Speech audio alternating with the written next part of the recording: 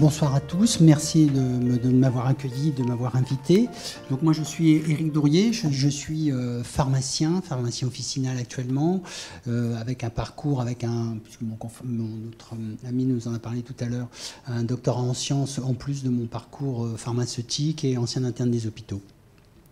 Et ce soir, dans le cadre de notre soirée, j'ai souhaité parler du rôle que pouvait avoir le médicament éventuellement dans la dénutrition. Et j'ai essayé aussi de me focaliser plutôt sur les problèmes de la bouche, puisque nous avions la chance d'être accueillis par les dentistes. Et voilà, donc j'ai souhaité d'abord dans un premier temps nous rappeler ce que c'était la dénutrition. Donc on est d'accord, c'est une perte de poids involontaire sur une durée, tout à l'heure ça a été rappelé. On constate aussi une baisse de la masse musculaire et des réserves en graisse corporelle. Et c'est associé aussi à des carences en micronutriments que sont les vitamines et les minéraux. Quand on regarde l'effet des médicaments sur la nutrition, on a ce qu'on pourrait avoir des effets attendus qui sont liés, je dirais, au mécanisme d'action du médicament. On peut avoir l'effet sur l'appétit. Certains médicaments diminuent la prise alimentaire en diminuant avec une perte d'appétit, ce qui réduit les apports alimentaires. On peut citer des antidépresseurs, on peut citer des antibiotiques, des chimiothérapies qui en plus donnent des goûts désagréables, on reverra ça tout à l'heure. Un signe de surdosage des Digitalix qui est une diminution de l'appétit. On a effectivement les amphétaminiques type le méthylphénidate ou ce qu'on a eu le Mediator. Et actuellement, on a des médicaments pour lutter contre la prise de poids qui sont aussi des antidiabétiques, qui sont les analogues du GLP-1. Nos médicaments aussi peuvent générer des nausées, vomissements, diarrhées, comme sont les anti-inflammatoires, les chimiothérapies, les antibiotiques, ce qui peut donner des troubles digestifs sévères, ce qui réduit aussi l'apport alimentaire ou augmente les pertes de nutriments avec des diarrhées. En parallèle, on peut avoir aussi les opioïdes qui peuvent donner des constipations. Une constipation sévère entraîne souvent un inconfort digestif qui réduit aussi l'envie de manger. On peut voir aussi une modification de l'absorption des nutriments. Certains médicaments interfèrent avec l'absorption des vitamines et des minéraux. Par exemple, les inhibiteurs de la pompe à proto, on dit un IPP un jour, un IPP toujours. Il faut souvent revoir l'indication de ces médicaments et sur du long terme, ces médicaments-là peuvent entraîner une diminution de l'absorption de la vitamine B12, du magnésium et du calcium. On peut noter aussi avec les diurétiques des pertes excessives de potassium, sodium, magnésium et d'autres électrolytes. On a aussi des atteintes avec certains antibiotiques que sont les antituberculeux pour les vitamines B, ce qui entraîne des neuropathies. Nos médicaments peuvent aussi entraîner des altérations du métabolisme avec par exemple les corticoïdes qui entraînent une redistribution des graisses corporelles avec une augmentation de la dégradation des protéines qui est responsable de sarcopénie, perte de la masse musculaire et des résistances à l'insuline. Mais ce que j'ai surtout voulu voir, c'était plutôt les effets soit toxiques, soit franchement indésirables au niveau de la bouche.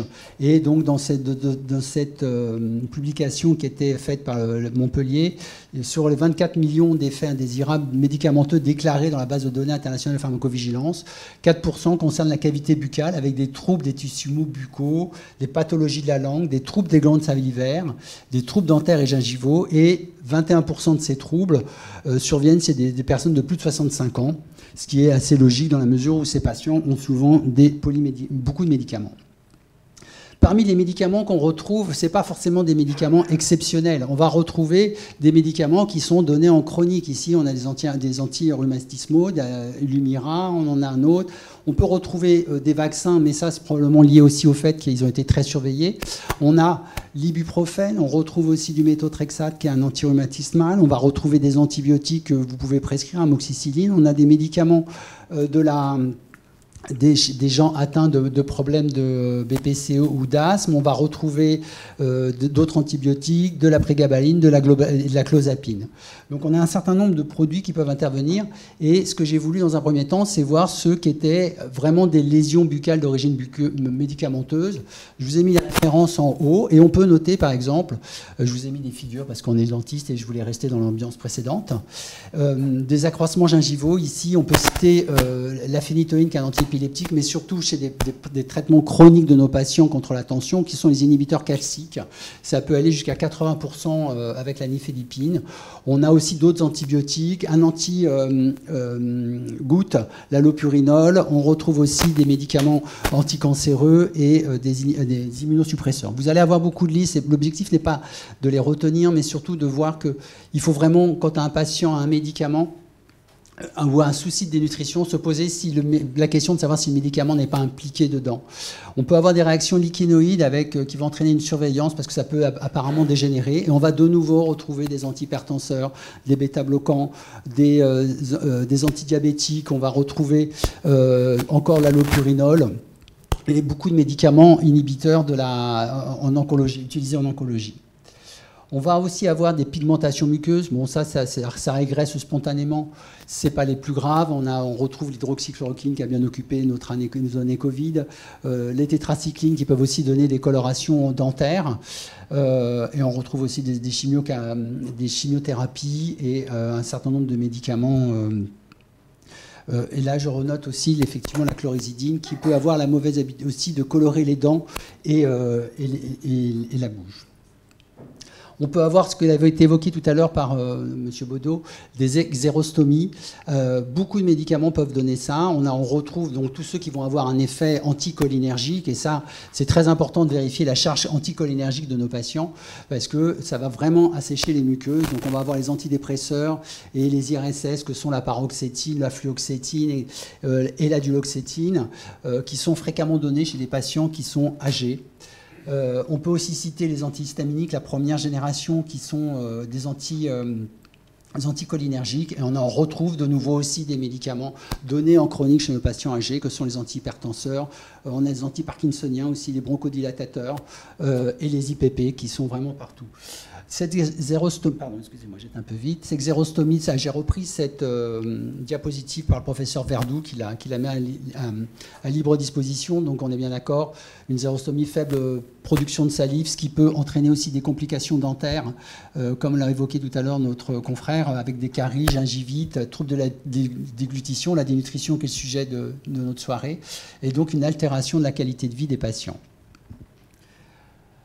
On peut aussi avoir des ulcérations dans la bouche. On retrouve, il y a une alerte de l'Agence du médicament il y a quelques années là-dessus avec le nicorandil qui est, on peut en donner jusqu'à 5% des cas. Alors pour un médicament qui a peu d'intérêt, c'est quand même dommage d'avoir des pathologies indésirables comme ça. On retrouve des anti-inflammatoires comme le piroxicam qui ne sont pas forcément recommandés chez les personnes âgées, le naproxène qui est donné en première intention normalement dans les douleurs rhumatismales. Et on retrouve de nouveau aussi des inhibiteurs de l'enzyme, des antihypertenseurs que sont les inhibiteurs de l'enzyme de conversion et les sartans, valsartans, etc., les bêta-bloquants, des antiagrégants plaquettaires. Donc vraiment des médicaments qui sont donnés chez nos patients âgés. On a aussi des inducteurs de maladies bulleuses, donc c'est un peu plus rare, mais ça peut être des urgences. On peut citer l'irritème pigmenté fixe et l'angioedème. J'ai une très jolie photo, qui sont aussi, toujours, on retrouve les mêmes médicaments, on retrouve les anti-inflammatoires, des anti-hypertenseurs, des gliptines qui sont des antidiabétiques, et on a aussi des immunosuppresseurs. Candidose, on ne peut pas passer à côté d'une candidose parce que beaucoup de médicaments sont responsables, surtout quand on a des corticostéroïdes en inhalation, des immunosuppresseurs et des antibiotiques qui, lorsque vous détruisez les bactéries, vous laissez la place aux champignons.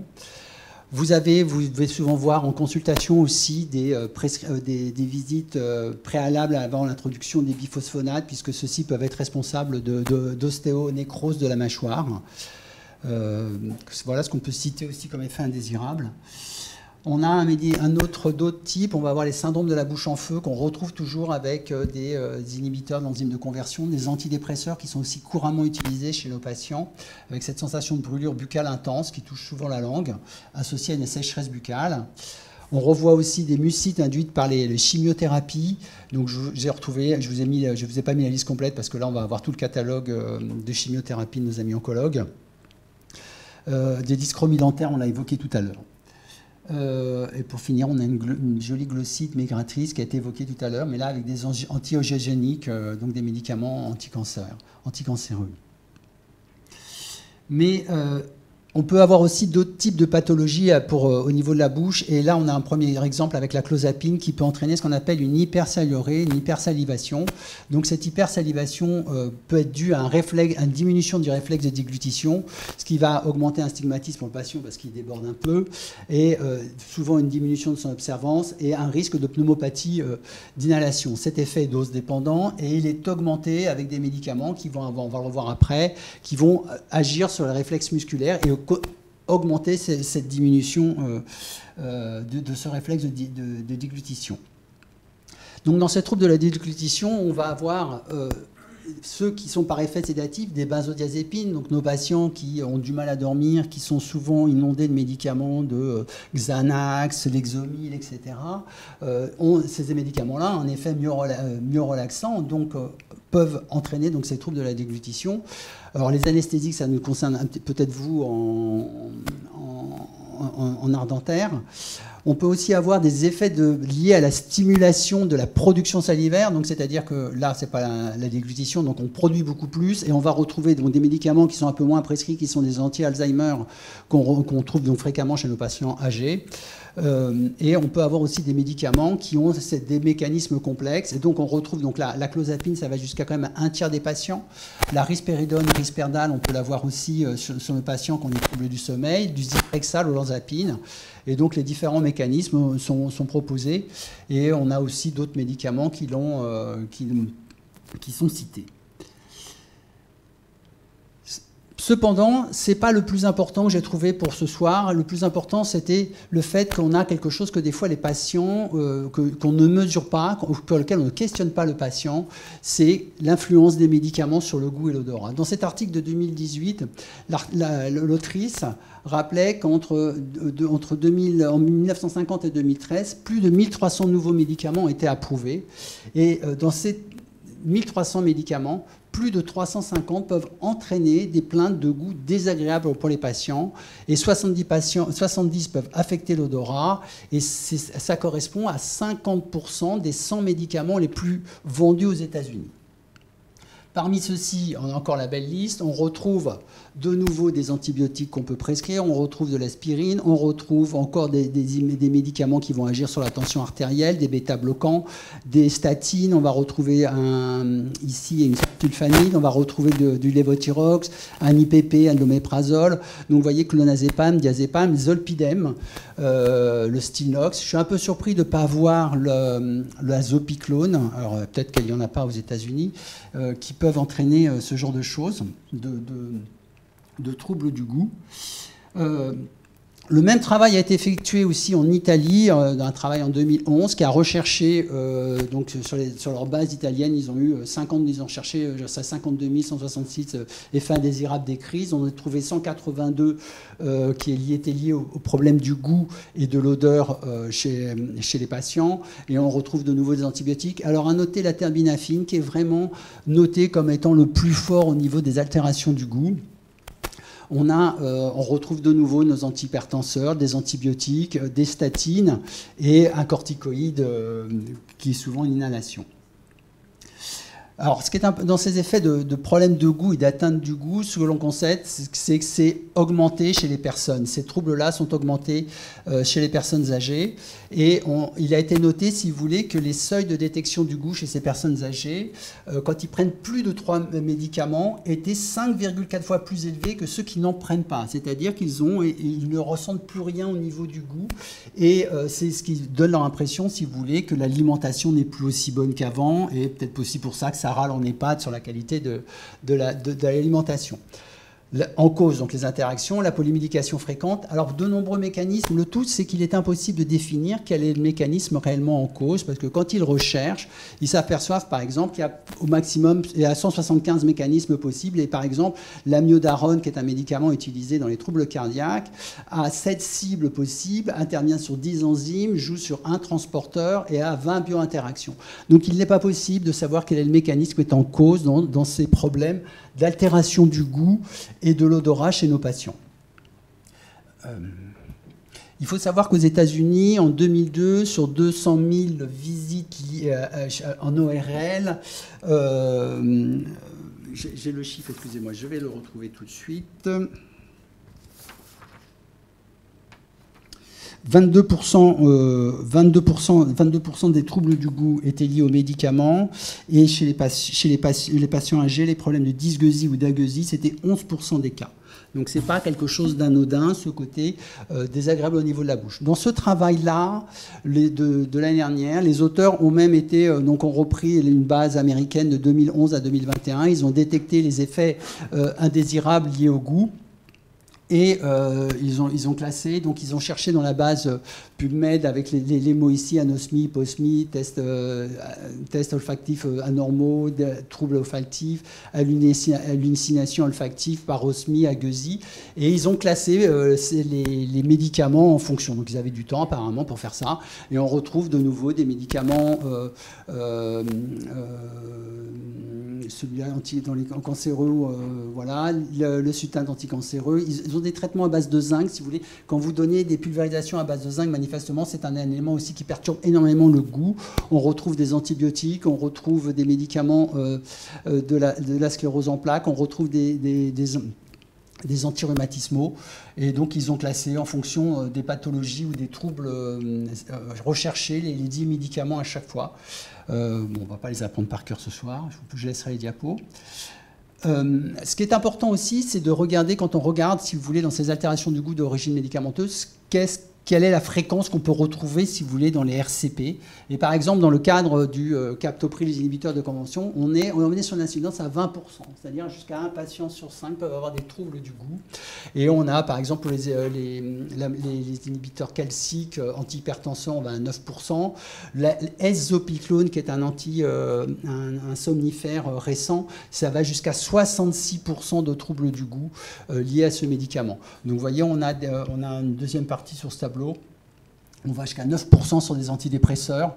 Donc vous voyez, quand un patient prend un antidépresseur ou d'autres médicaments, on a un patient sur 5 ou un patient sur 10 qui a des troubles du goût liés à du goût, de l'odeur liés à ce médicament. On peut même aussi avoir des Phantasgeusie, c'est-à-dire des sensations de goût alors qu'il n'y a pas de sollicitation. Très sympa. Mais un autre problème aussi qu'on ne note pas, c'est le médicament toujours, mais le médicament par la façon dont on va le transmettre, on va l'administrer au patient. Et c'est un problème qui est noté, c'est les médicaments écrasés dans l'alimentation. Et dans ce travail qui est pas très scientifique, au CHU de Nice, ils sont amusés à utiliser des professionnels de la cuisine pour estimer ce trouble du goût que cela faisait. Donc on a quand même des professionnels qui ont un goût plus développé que les copains. Hein, ils avaient un chef étoilé, je crois. Et ils étaient partis du constat que les patients âgés avaient des difficultés à avaler, donc ça nécessitait de mixer les aliments et d'écraser les médicaments dans la nourriture. Et qu'est-ce qu'ils ont constaté ? C'est que donc ils avaient 16 évaluateurs, des chefs étoilés, et que sur les 10 médicaments testés, 6 étaient jugés trop amers. C'est-à-dire que quand vous broyez un médicament pour le patient âgé pour lui donner, vous modifiez le goût de son alimentation et vous pouvez favoriser donc cet état de dénutrition, de moins prendre son alimentation. Et certains mélanges étaient même qualifiés d'insupportables. Quelles sont les solutions? Donc réduire le nombre de médicaments prescrits, je ne vous cache pas que pour un pharmacien ça m'a fait mal. Après, privilégier les médicaments au meilleur goût, et effectivement les Omédites ont édité une liste de médicaments écrasables, et donc c'est important aussi quand vous avez un patient qui a des troubles ou vous avez des doutes sur sa façon d'avaler les médicaments, d'utiliser ces listes pour essayer de faire vos choix de prescription à partir de ces listes-là. En plus, elles sont assez bien documentées puisque il vous indique si c'est un goût désagréable, si vous pouvez le prendre avec de l'eau, si l'écrasement est possible, si ne pas écraser, ne pas croquer, comment vous pouvez les prendre, si vous pouvez les déliter, si vous pouvez les prendre tout de suite, etc. Ou s'il faut vraiment rien faire du tout.